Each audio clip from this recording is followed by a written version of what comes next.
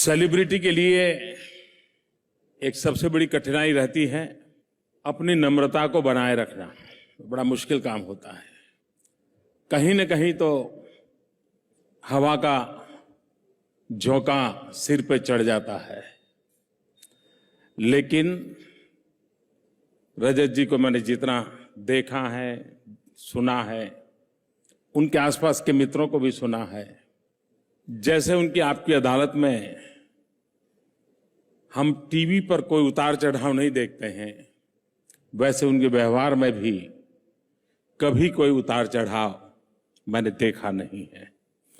मैं मानता हूं कि शायद सिद्धि पाना उतना कठिन नहीं होता है जितना कि सिद्धि को पचाना होता है, और उन्होंने इसे पचाया है, और यही उनकी ताकत है, जो ताकत उनको और नई ऊंचाइयों पर ले जाएगी।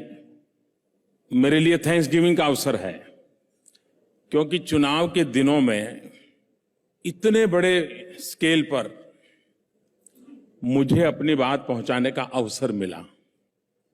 तो इस मेरी पूरी पार्टी के कार्यकर्ताओं की जो मेहनत थी, उस मेहनत में ये अवसर बहुत काम आया, और इसके लिए भी मैं इंडिया टीवी का, आपकी अदालत का, ऋतु का, रजत का हृदय से अभिनंदन करता हूं और आभार व्यक्त करता हूं। इंटरव्यू की दुनिया में हमारा अनुभव है, क्योंकि हम लोगों का तो रोज का कारोबार है, हर चौराहे पर हमें जवाब देने पड़ते हैं, हर गली मोहल्ले में जवाब देने पड़ते हैं, लेकिन ज्यादातर इंटरव्यू में पूछने वाले के दिमाग में जवाब तय होता है। जब तक उसके दिमाग में जो वाक्य है वो आपके मुंह से नहीं निकलता, वो आपको छोड़ता नहीं है, और कैसे भी करके वो आपको उस वाक्य तक ले जाता है, और वो वाक्य उसको मिल गया तो फिर इंटरव्यू समाप्त हो जाता है। फिर उसको इंटरेस्ट नहीं रहता है, क्योंकि उसको फिर बाद में 2-4 साल तक वो वाक्य चलाने के लिए काम आ जाता है। ज्यादातर इंटरव्यू का हमारे यहां ये बना हुआ है। पूरी आपकी अदालत के 21 साल के एपिसोड देख लीजिए, जिसमें कहीं पर भी मुजरिम को निश्चित जवाब देने के लिए मजबूर नहीं किया गया है। निर्धारित दिशा में ले जाने के लिए प्रयास नहीं किया गया है। मैं मानता हूं कि जर्नलिज्म की दुनिया में यह अपने आप में एक नई मिसाल है। अपनेपन से भी क्या कुछ नहीं निकलता है। हमने देखा, किसी की जुबान नहीं चली तो आंसू बह पड़े, लेकिन कुछ तो निकला। जरूरी नहीं है कि उसका गला पकड़ के निकाला जाए, मीठी सी बात करके भी निकाला जा सकता है, और वो कला रजत जी ने उस शौहर को हासिल किया हुआ है। और एक उसके लिए बहुत ठंडे दिमाग से पूरी स्क्रिप्ट सोचनी पड़ती है, तब जाकर के होता है। सामने वाले की साइकी का पूरा अध्ययन करना पड़ता है। सिर्फ क्वेश्चन का रिसर्च नहीं होता है, आने वाले व्यक्ति के नेचर का ज्यादा रिसर्च करना पड़ता है। फिर उसको सवाल चुभे बिना कैसे पूछे जाएं। और मैं मानता हूं कि इस क्षेत्र में उन्होंने काफी कुछ पाया है।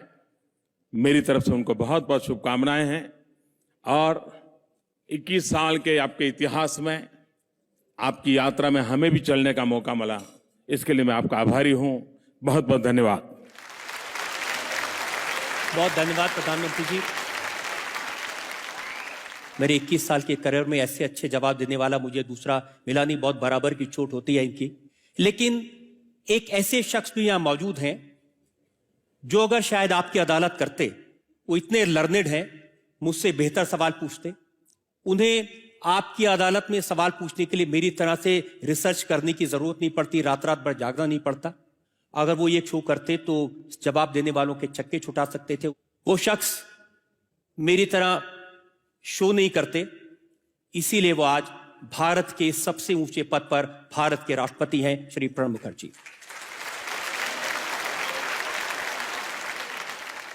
इस 21 साल की आपकी अदालत की यात्रा में एक और ऐसा व्यक्ति है जो यहां सभागार में मौजूद है, जो मेरे साथ एक एक कदम चला।